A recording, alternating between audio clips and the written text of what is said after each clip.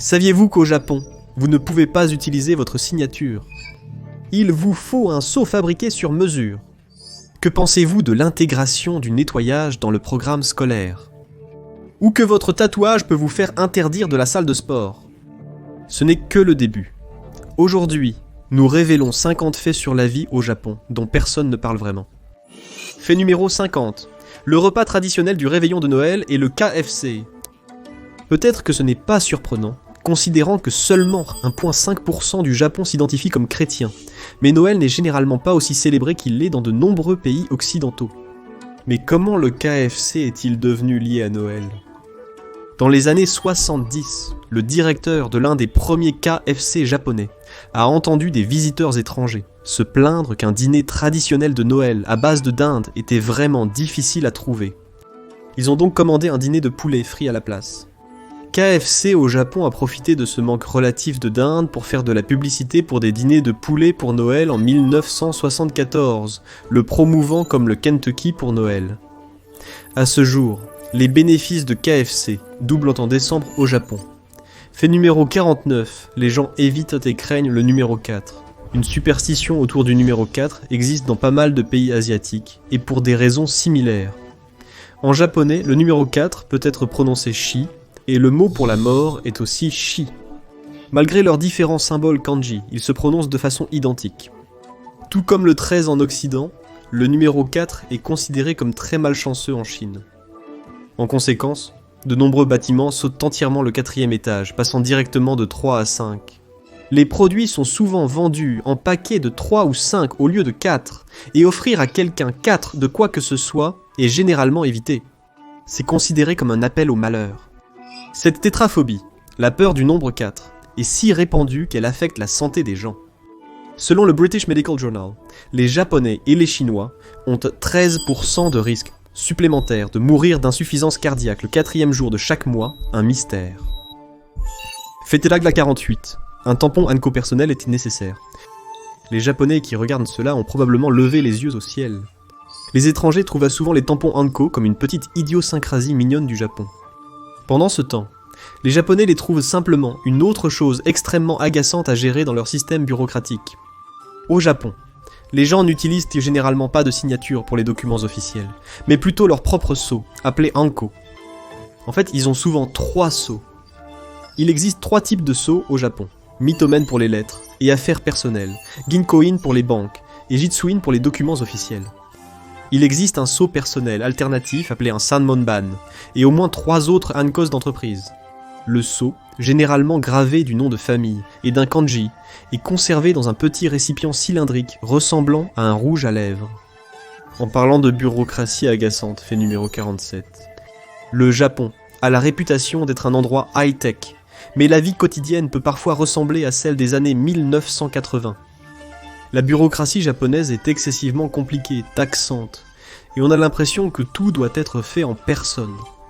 Prenons l'exemple du déménagement. Le processus n'est pas aussi simple que de faire ses valises et de partir.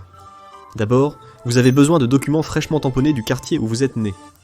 Apportez ensuite les documents à votre nouveau bureau de quartier pour les échanger contre des versions mises à jour. Après cela, le nouveau quartier renvoie une confirmation à votre bureau de quartier d'origine, pour montrer que le transfert est terminé. Et enfin, vous vous rendez au bureau administratif de votre nouveau quartier pour une autre série de paperasses. Comme l'a dit un fonctionnaire japonais à Reuters, les documents papier et les sceaux sont toujours courants. Sans parler du fait que les systèmes informatiques des différents ministères et gouvernements locaux sont souvent incompatibles. Fait numéro 46. Ne vous inquiétez pas pour vos effets personnels. Plus besoin de vérifier nerveusement vos poches toutes les quelques minutes dans le métro ou de garder votre sac sous votre bras en permanence. Le taux de criminalité au Japon est faible, genre vraiment faible. En 2020, le taux d'homicide était de 0,2 pour 100 000 personnes. En comparaison, les États-Unis ont enregistré 5,3 homicides pour 100 000 personnes. Le crime le plus fréquent est le vol, mais il reste extrêmement rare. En 2023 et 2024, il y avait 389 vols pour 100 000 personnes au Japon. En Angleterre et au Pays de Galles, c'était 29,5 pour 1000 personnes. Donc 2950 pour 100 000 personnes. En essence, presque 8 fois plus qu'au Japon. Fait numéro 45. Beaucoup d'endroits ont des casiers à parapluie. Il est préférable de les utiliser. Dans leur volonté de tout garder propre, les magasins et bureaux japonais préféreraient que vous n'apportiez pas votre parapluie dégoulinant d'eau dans leur espace, donc beaucoup de gens le laissent à l'extérieur. Mais parce que beaucoup de parapluies se ressemblent, et peut-être parce que les parapluies semblent être un point aveugle dans la grande éthique japonaise de ne pas prendre les affaires d'autrui, beaucoup de magasins et de bureaux fournissent des casiers à parapluie. Pour quelques sous, vous pouvez verrouiller votre parapluie et le récupérer au départ. Fait numéro 44. La police est vue comme digne de confiance et aidante pour la communauté. Au Japon, vous pouvez croiser un koban, une petite station de police de quartier aidant la communauté. Au Japon, les gens sollicitent par la police pour des indications, retrouver des objets égarés et obtenir une aide générale. Un koban sert aussi de bureau des objets co-trouvés. Si vous avez perdu un bracelet ou un portefeuille, vérifiez-y. Peut-être que le manque de criminalité laisse beaucoup de temps libre à la police pour aider leur communauté. Ils excellent aussi dans les enquêtes criminelles. Le taux de résolution des homicides au Japon est de 95%, contre 60% aux États-Unis. La police ne vous embêtera généralement que si vous faites vraiment beaucoup de bruit au Japon. Fait numéro 43. Utilisez votre voix intérieure.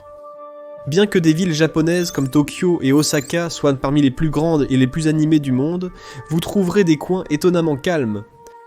Les Japonais valorisent le silence et préfèrent ne pas déranger les autres. C'est pourquoi dans les transports en commun, même dans un métro ou un bus bondé, on peut souvent entendre une épingle tomber. Évitez de passer des appels dans les transports en commun. Si vous parlez à un ami, essayez de ne pas faire trop de bruit. Les exceptions sont les magasins, qui diffusent souvent de la musique et des annonces en même temps, et les salles de pachinko, où vous entrerez et serez littéralement assaillis par les sons. Fait NAR 42. Les voitures avec haut-parleurs ont le droit de faire un bruit illimité. Les quelques exceptions à la règle de maintenir le volume à un niveau raisonnable, y compris quelque chose que la plupart des locaux détestent. Les voitures avec haut-parleurs. Généralement utilisées lors de la saison électorale, chaque candidat envoie des voitures équipées de haut-parleurs et des bénévoles dans leur circonscription.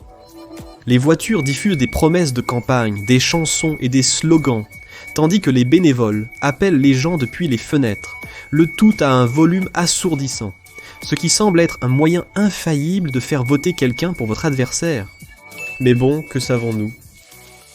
Fait numéro 41. Il y a plus d'une façon de s'incliner. La plupart des gens savent que les Japonais s'inclinent les uns devant les autres, mais il y a plusieurs façons de s'incliner, selon la relation entre les personnes qui s'inclinent et leur statut relatif. Le shaku est une petite révérence de 15 degrés, une salutation décontractée et relativement informelle. Keirei est une révérence de 30 à 40 degrés considérée comme un peu plus formelle, lorsqu'on salue quelqu'un de supérieur par la relation de travail ou l'âge. Les révérences les plus formelles, c'est Keirei à 45 degrés ou plus, et Dogeza, qui consiste à s'incliner à plat ventre en s'agenouillant, sont rares et utilisés pour témoigner un respect extrême ou présenter des excuses. Évitez également tout contact visuel direct pendant la révérence, ce qui traduit une méfiance ou un manque de respect. Fait numéro 40. Les gens évitent encore de manger ou de boire en déplacement. En parlant des façons dont vous pouvez offenser quelqu'un sans le vouloir, vous devriez généralement éviter de manger, et parfois même de boire en déplacement. Même lorsque les gens prennent des snacks à un distributeur automatique ou à un combini, nous y reviendrons bientôt, ils ont tendance à manger ou à boire juste à côté du magasin ou de la machine. À moins que vous ne soyez dans un endroit comme un festival où il n'y a pas d'autre choix. Manger et marcher est simplement considéré comme de mauvaise forme et impoli. Cela va à l'encontre de l'idée japonaise de respecter les espaces publics, car manger en déplacement risque de salir et d'abîmer la nourriture elle-même. En parlant de pratiques alimentaires, fait 39. Vous ne vous soucierez sûrement plus du contenu de votre alimentation.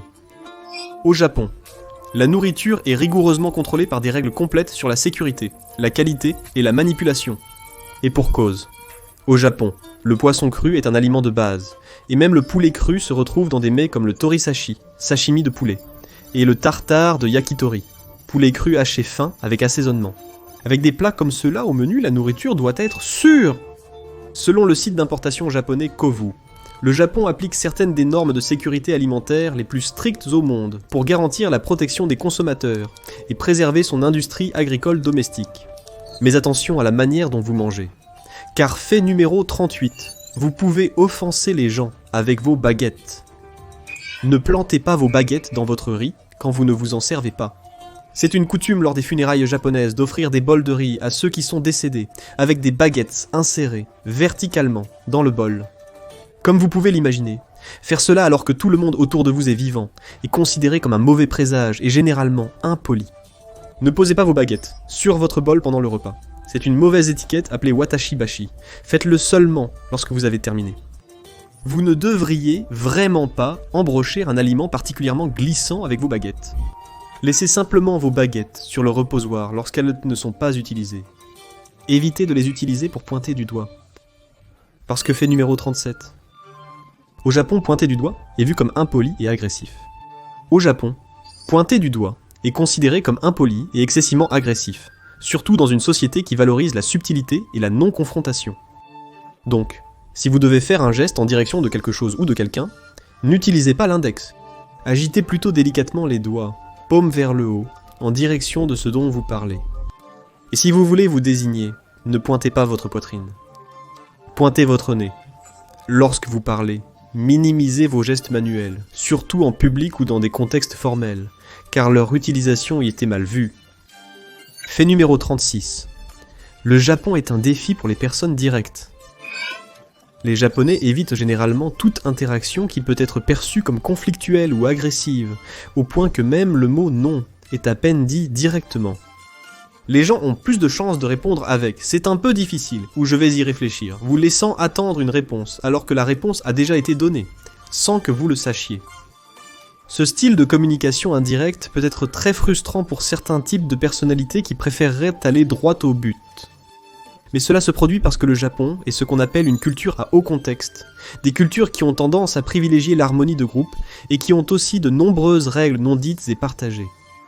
Les personnes dans ces cultures comptent beaucoup sur les indices non-verbaux et les compréhensions implicites, ce qui signifie qu'une grande partie de la communication n'est pas exprimée verbalement.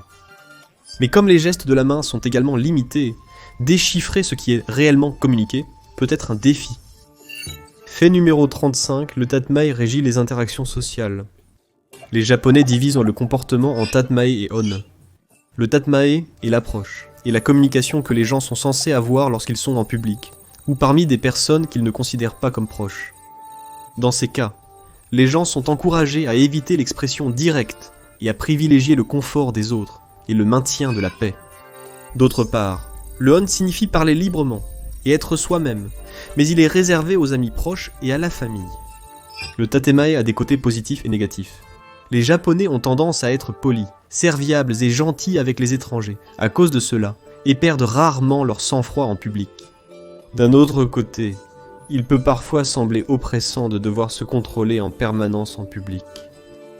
Fait numéro 34. Les gens sont plus à l'aise nus que vous le croyez. Pour une culture généralement perçue comme silencieuse, timide et évitant les problèmes personnels, il est surprenant de voir à quel point les Japonais sont à l'aise pour se déshabiller complètement devant des inconnus. Nous parlons bien sûr des onsens, bains de source chaude naturelle, et des santo, bains publics intérieurs. Ce sont des espaces de baignade communautaires séparés par sexe, où un groupe d'inconnus se rassemble et se détend simplement dans l'eau. On croit que les onsens sont bénéfiques comme pour la santé. En fait, vous découvrirez que vous vous êtes toujours mal baigné. Ne mettez pas votre corps sale dans une baignoire remplie d'eau. Asseyez-vous dans une cabine. Prenez d'abord une douche en vous assurant d'être bien propre. Attachez vos cheveux s'ils sont longs, puis entrez dans la baignoire. Les baignoires sont plus destinées à la détente et à la relaxation qu'à se laver. C'est une partie de la culture des onsens. D'autres personnes peuvent utiliser l'eau, après ou en même temps que vous, sans être confrontées à votre saleté. Dans les bains publics, vous pouvez rencontrer un autre problème. Le fait numéro 32 est toujours mal vu.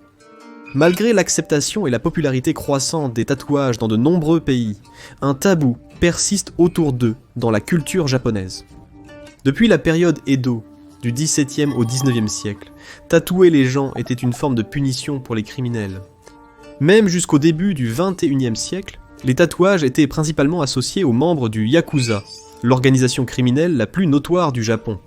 Dans de nombreux onsens, gymnases et piscines publiques, il y a une interdiction pour les personnes tatouées d'entrer. Fait numéro 31. Le Japon excelle dans la conception de salles de bain. notamment avec ces incroyables toilettes high-tech bien connues aujourd'hui. Vous voulez réchauffer vos fesses? Vous nettoyer avec un jet d'eau? Écouter de la musique pop accrocheuse? Vous pouvez tout faire en étant sur les toilettes. Mais le Japon est plutôt doué en matière de conception de salles de bain en général. Comme dans d'autres pays d'Asie, la plupart des salles de bain japonaises ont des drains au sol qui évacuent tout dans la salle de bain. Si vous éclaboussez de l'eau hors de la baignoire, du lavabo ou de la douche, pas de problème. Laissez simplement l'eau s'écouler. En parlant d'hygiène, fait numéro 30, vous devez toujours avoir ou porter des chaussettes. C'est plus compliqué que d'enlever vos chaussures avant d'entrer chez quelqu'un. On offre souvent des chaussons aux gens lorsqu'ils entrent dans une maison ou dans certains lieux publics, mais même ceux-ci ne peuvent pas être portés partout. Si vous allez entrer dans un espace avec un tapis de tatami sur le sol, on s'attend à ce que vous enleviez vos chaussons. Mais être pieds nus dans la maison de quelqu'un n'est généralement pas acceptable à moins que vous soyez très proche. Donc, vous devriez avoir des chaussettes, ou au moins, une paire avec vous. Et si vous voulez aller aux toilettes, préparez-vous à mettre des chaussons séparés, à utiliser uniquement dans la zone des toilettes.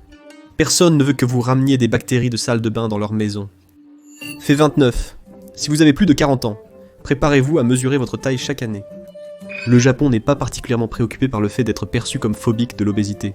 En fait, dans certains cas, cela peut poser un petit problème à cet égard, ce dont nous parlerons bientôt. Selon la loi Metabo, les personnes âgées de 40 à 74 ans vivant au Japon doivent faire mesurer leur tour de taille chaque année. L'excès de graisse autour de la taille est l'un des plus grands indicateurs d'une série de problèmes médicaux, en particulier les problèmes cardiaques et la mauvaise santé en général. Bien que cela puisse être inconfortable pour les patients, le Japon a certains des taux d'obésité les plus bas et les espérances de vie les plus longues au monde, à 84 ans et demi. Fait numéro 28. La vie est dure pour les personnes de grande taille. Au Japon, 20% des personnes sont en surpoids, et moins de 4% de la population est considérée comme obèse par rapport au taux d'obésité, moyen des pays de l'Organisation de coopération et de développement économique, qui est d'environ 18%. Il y a toujours un grand stigmate associé à l'obésité, malgré la tradition de la lutte sumo.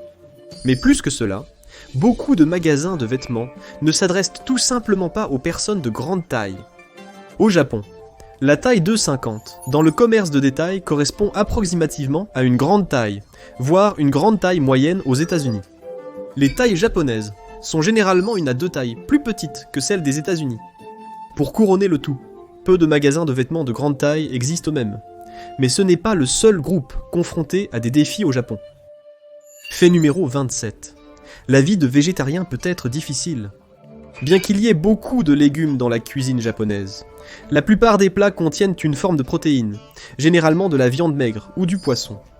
Il y a moins de végans et de végétariens au Japon que dans de nombreux pays occidentaux, donc encore moins de restaurants répondent à ces préférences alimentaires. Une enquête de 2019, réalisée par Vegwal, a révélé que seulement 2,1% des Japonais sont végétariens ou végans. De nombreux chefs ne comprennent toujours pas les restrictions alimentaires véganes, et la plupart des restaurants ne proposent pas de choix véganes. De plus, beaucoup de plats apparemment végétariens sont encore préparés avec du bouillon de poisson ou d'animal. Et en parlant de nourriture, fait numéro 26. Même les villes gourmandes comme Tokyo n'ont pas beaucoup de variétés. Les restaurants au Japon ont tendance à servir un type de cuisine, japonaise. Bien que le pays soit immense avec une population de 123 millions de personnes, il n'est pas si diversifié, ce qui signifie qu'il y a peu de communautés d'immigrants pour établir ou fréquenter des restaurants avec des cuisines étrangères. Alors que vous pouvez trouver une grande variété de cuisines japonaises, des restaurants de sushi et de ramen aux izakaya, si vous voulez de la cuisine mexicaine ou grecque, vous aurez de la chance de trouver plus d'une poignée de bons endroits dans tout Tokyo. Et en dehors des grandes villes, vous ne trouverez probablement rien. Fait numéro 25. Les expatriés risquent de ne pas trouver certains de leurs sushis préférés. Un fait moins surprenant est que si vous demandez un Rainbow, Dragon, California ou Chicago Roll dans un restaurant de sushi japonais, vous allez probablement recevoir un regard vide. Beaucoup de sushis consommés à l'étranger n'est pas réellement du sushi japonais, mais plutôt occidentalisé. Le sushi japonais tend à se concentrer sur des saveurs plus délicates et subtiles, tandis que de nombreux rouleaux développés à l'étranger tentent de superposer un repas de saveurs sur le poisson cru, annihilant complètement son goût. La seule exception à cela est si vous êtes dans un restaurant près d'une base militaire américaine, comme à Okinawa. Vous pouvez donc manger autant de California Rolls que vous le souhaitez. 24e fait. La nourriture au Japon est toujours très saisonnière. Dans la plupart des pays développés du 21e siècle, les gens ont perdu la notion de ce qu'est la saison des pêches, des fraises ou des tomates. Pourquoi est-ce important ? Les fruits et légumes sont vendus toute l'année. Mais au Japon, la saisonnalité des aliments fait toujours une grande différence dans ce qui vous sera servi à différents moments de l'année.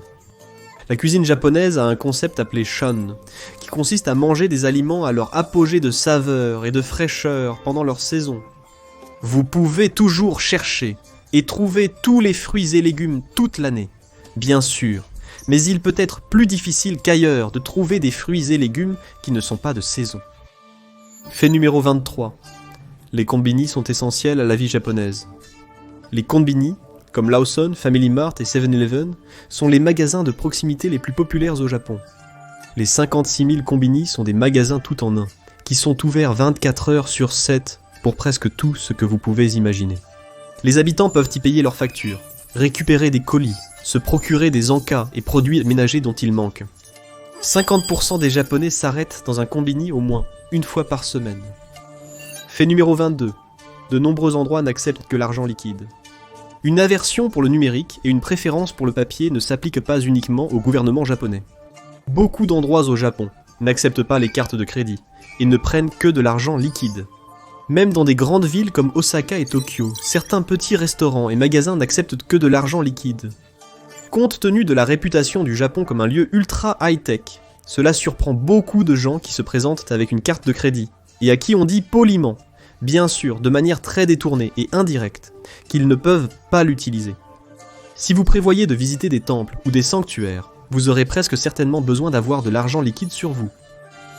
Fait numéro 21. Si vous partez en voyage, n'oubliez pas d'acheter et d'offrir des omiyages. Omiyage se traduit efficacement par souvenir.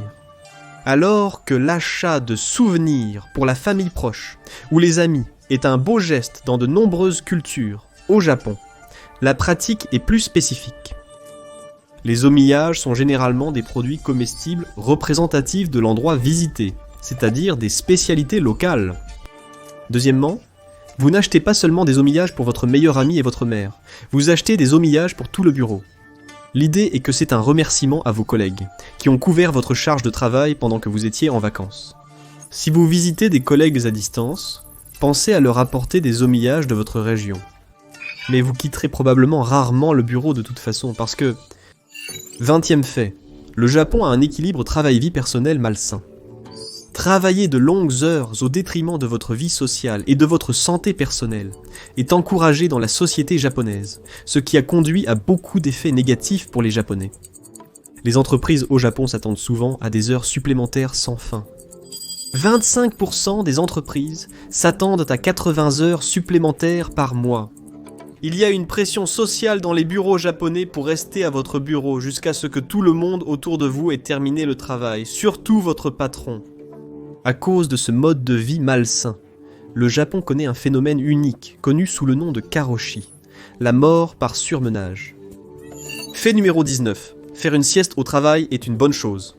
Selon votre patron, vous pourriez voir des Japonais faire une sieste dans le métro ou sur un banc après une longue journée de travail. Mais parfois, ils finissent par faire une sieste directement sur leur bureau, en plein milieu de la journée. Bien que de nombreux managers seraient agacés de voir leurs employés rattraper leur sommeil pendant les heures de travail, au Japon, cela est perçu comme un signe qu'un employé est tellement dévoué à son travail qu'il dort à peine. Mais il semble que toutes ces heures supplémentaires au bureau n'augmentent même pas l'économie. Parce que le fait numéro 18, la productivité du Japon a complètement stagné. Nous sommes loin des années 1980 et 90, lorsque la croissance explosive de l'économie japonaise a laissé les nations occidentales stupéfaites et inquiètes. À l'époque, beaucoup craignaient que les industries japonaises ne surpassent et n'écrasent les leurs. Mais les temps ont changé. Aujourd'hui, le Japon se classe 29e en productivité sur 38 pays de l'Organisation de coopération et de développement économique, une chute vertigineuse par rapport à sa position à la 19e place en 1970. Bien que personne n'ait identifié une seule cause, beaucoup pensent que la baisse de productivité du Japon est liée à sa culture de travail intense. Les longues heures, le surmenage chronique et l'accent mis simplement sur la présence au bureau signifient une productivité plus faible et une population croissante de personnes surmenées et malheureuse. Cela nous amène à notre prochain fait quelque peu dérangeant sur la vie au Japon, qui était le fait numéro 17. Il y a un gros problème de solitude. Au fil du temps, la population japonaise devient de plus en plus célibataire. Pour beaucoup de gens, même les jeunes, il semble que l'envie de sortir en rendez-vous et de rencontrer d'autres personnes est complètement disparue. Il y a de nombreuses raisons à cela, bien que la plupart des gens attribuent cela à une combinaison de la culture de travail incroyablement stricte du pays, associée à des finances serrées pour les jeunes. Selon une enquête gouvernementale de 2022, 47% des Japonais se sentent seuls de temps en temps, à la plupart du temps. Et un homme sur 3 n'a jamais eu de rendez-vous amoureux. Et la situation des rencontres amoureuses pourrait ne pas s'améliorer de sitôt. Comme le fait numéro 16, le Japon est étonnamment sexiste. Bien que le Japon semble moderne à bien des égards, il y a un énorme problème de sexisme dans le pays. Les gens ont encore des idées assez traditionnelles sur les rôles des sexes au Japon. Une enquête gouvernementale de 2020 a révélé que les mères font en moyenne 3,6 fois plus de tâches ménagères que les pères, même lorsque les deux parents travaillent. À cause de cela, beaucoup de femmes arrêtent de travailler, ou optent pour des emplois à temps partiel après avoir donné naissance, car il est difficile de concilier presque toute la responsabilité des tâches ménagères et de la garde d'enfants avec un emploi. Et cela élargit le fossé entre les sexes. Dans le rapport de l'indice mondial de l'écart entre les sexes de 2024, le Japon se classait 118e sur tous les pays, juste en dessous de la Tunisie, de Bahreïn et du Népal. Des pays peu connus pour leur féminisme. Fait numéro 15. Attendez-vous à de fréquentes annonces publiques dans les zones rurales. Les petites villes et les zones rurales du Japon ont souvent un hozo, un système de sonorisation local, bien qu'utilisé pour les urgences, comme avertir d'un typhon imminent.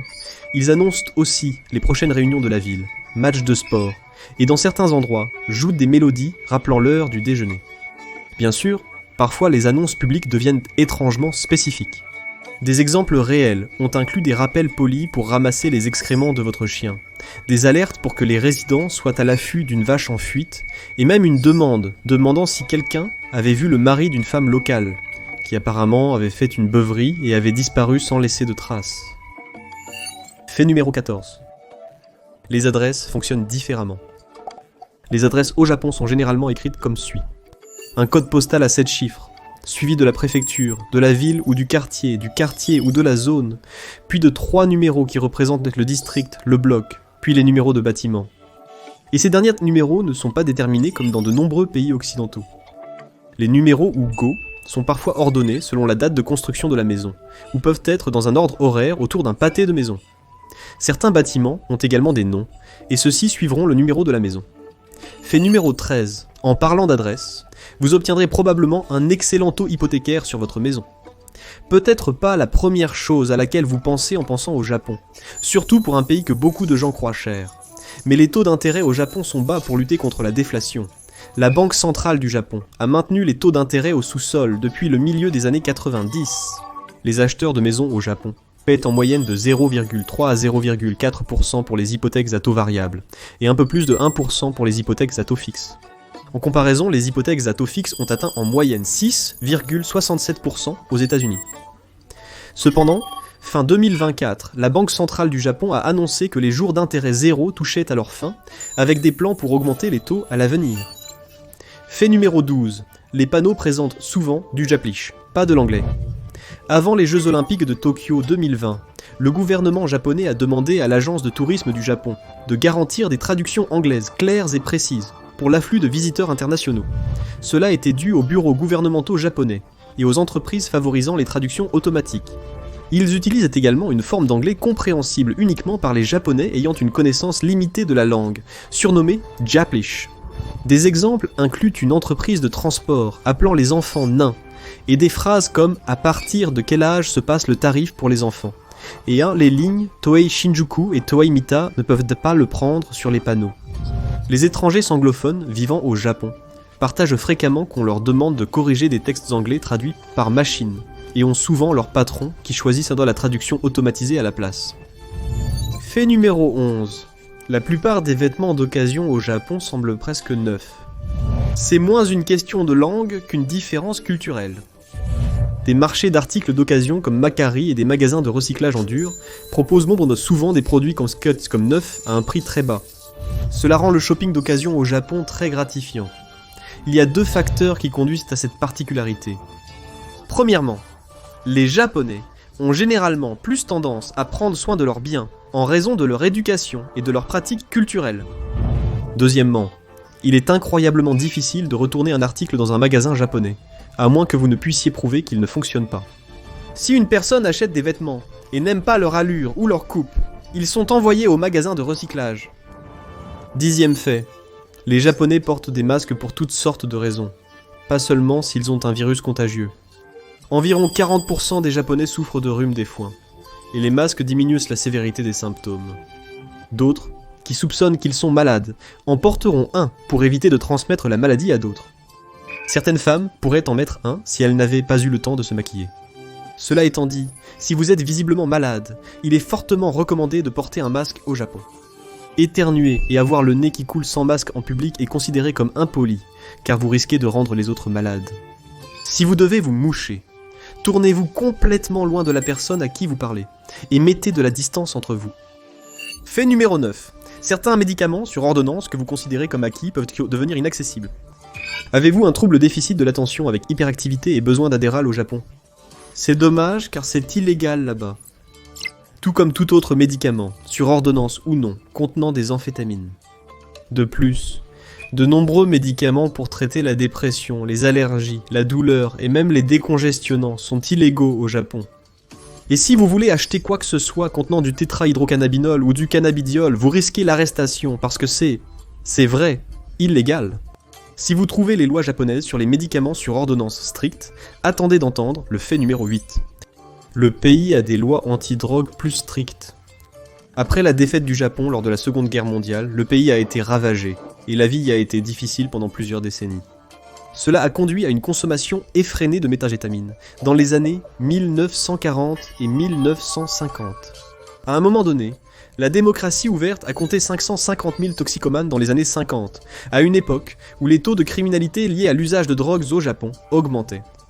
Cela a mené à une tolérance zéro envers les drogues illicites et même les médicaments sur ordonnance à base d'amphétamine. La consommation de drogue était liée à la criminalité et perçue comme une perturbation de l'ordre social. Même aujourd'hui, les lois sur les drogues au Japon ne font pas de distinction entre la possession et l'intention de distribuer. Ainsi, avoir des drogues sur vous pour un usage personnel peut vous valoir la même peine qu'un revendeur. La peine la plus sévère du Japon est réservée à la production de ces amphétamines tant détestées, ainsi qu'à l'héroïne. Les contrevenants écopent de la prison à vie. Passons à un sujet plus léger. Fait numéro 7. Habituez-vous à être incroyablement soucieux de l'hygiène. Au Japon, habituez-vous à être très propre. Avant de manger, on vous donnera sûrement un oshibori, une serviette humide. Après avoir quitté les toilettes et touché la porte, ou lorsque vous allez chercher un café glacé, il est préférable d'utiliser une lingette humide pour l'hygiène. Si vous êtes nouveau au Japon, l'accent mis sur la propreté peut sembler presque obsessionnel au début. Mais donnez-lui du temps, et bientôt vous vous adapterez aux rues immaculées, à l'absence de détritus et aux rituels culturels autour de l'hygiène. Et puis, au moment où vous voyagez n'importe où ailleurs sur Terre, cela vous frappe. Pourquoi beaucoup de gens vivent-ils comme du bétail ? Cela étant dit, fait numéro 6, jeter vos déchets en public peut être très difficile. Dans un revirement surprenant, il n'y a pas tant de poubelles que ça en public. On s'attend souvent à ce que les Japonais gardent leurs déchets avec eux, jusqu'à ce qu'ils rentrent chez eux, et puissent les jeter là-bas. Promenez votre chien, ramenez les déchets chez vous et jetez-les aux toilettes. Sans oublier qu'en 1995, la secte Aon Shinrikyo a déposé du gaz sarin dans des lieux publics, notamment dans de nombreuses poubelles, ce qui a conduit à leur retrait massif. Alors non, préparez-vous à avoir un petit sac avec vous, où vous pouvez jeter tous les déchets que vous créez pendant que vous êtes en déplacement. 5e fait. Le tri des déchets au Japon est un art et une corvée. Au Japon, les gens sont encouragés à jeter leurs déchets à la maison, en partie parce qu'ils sont censés les trier minutieusement dans différentes poubelles de recyclage, et les catégories ne se limitent pas au papier et au plastique. Les déchets sont généralement triés en déchets combustibles, déchets non combustibles, déchets recyclables et déchets encombrants. Les articles recyclables sont ensuite répartis en catégories selon la municipalité, comme les bouteilles, canettes, bouteilles plastiques, aérosols, etc. Le calendrier de collecte des ordures est également très spécifique pour chaque quartier, donc les gens doivent savoir quels déchets sortir quel jour de la semaine. Mais ce n'est pas difficile pour les personnes qui ont été formées à nettoyer depuis la naissance. Fait numéro 4, Gakko Soji enseigne aux élèves à nettoyer. Au Japon, les écoles endettées ont généralement du personnel d'entretien, plutôt que des concierges comme dans les écoles américaines. Chaque jour dans les écoles japonaises, les élèves nettoient leurs salles de classe et les espaces communs, les enseignants divisant les élèves en groupes et leur attribuant différentes tâches en fonction du jour. L'idée n'est pas seulement d'apprendre aux élèves à prendre soin de leur environnement et de leurs affaires, mais aussi de développer un sens de la responsabilité pour l'entretien des zones qu'ils utilisent. Fait numéro 3. Les vêtements dépendent de la date, pas de la météo. Cela semble être une règle non dite à travers le Japon, mais c'est vraiment prévalent dans les écoles. Dans de nombreuses écoles, les élèves ne peuvent pas porter leurs uniformes d'été avant le 1er juin, peu importe la chaleur, ou leurs uniformes d'hiver avant le 1er décembre, même s'ils gèlent. Certaines écoles sont moins strictes à propos de cette règle, mais même pour les vêtements de tous les jours, porter des chemises à manches courtes à tout moment, sauf en été, peut vous valoir des regards étranges et des questions sur le fait d'avoir froid, même s'il fait plus de 26 degrés Celsius ou 80 degrés Fahrenheit à l'extérieur. Deuxième fait, les écoles fonctionnent d'une manière très unique. Les étudiants japonais passent plus de temps à étudier et ont plus de responsabilités que leurs homologues occidentaux. L'année scolaire s'étend d'avril à mars, et les écoles avaient l'habitude d'avoir des demi-journées le samedi, bien que cette pratique soit en train de disparaître lentement. Les élèves restent dans leur salle toute la journée, tandis que les enseignants se déplacent de période en période. Enfin, les élèves se voient attribuer de multiples tâches, généralement assurées par les enseignants, et le personnel dans les écoles non japonaises, comme le nettoyage des salles, la prise de présence et la collecte des devoirs. Le Japon croit généralement à rendre les enfants responsables. C'est pourquoi, fait numéro 1, il est normal de voir des enfants d'âge scolaire primaire faire des courses. Contrairement à d'autres pays où les enfants n'apprennent parfois à faire leur lit que lorsqu'ils déménagent, ou plus tard, les enfants au Japon sont encouragés à être très indépendants dès leur plus jeune âge.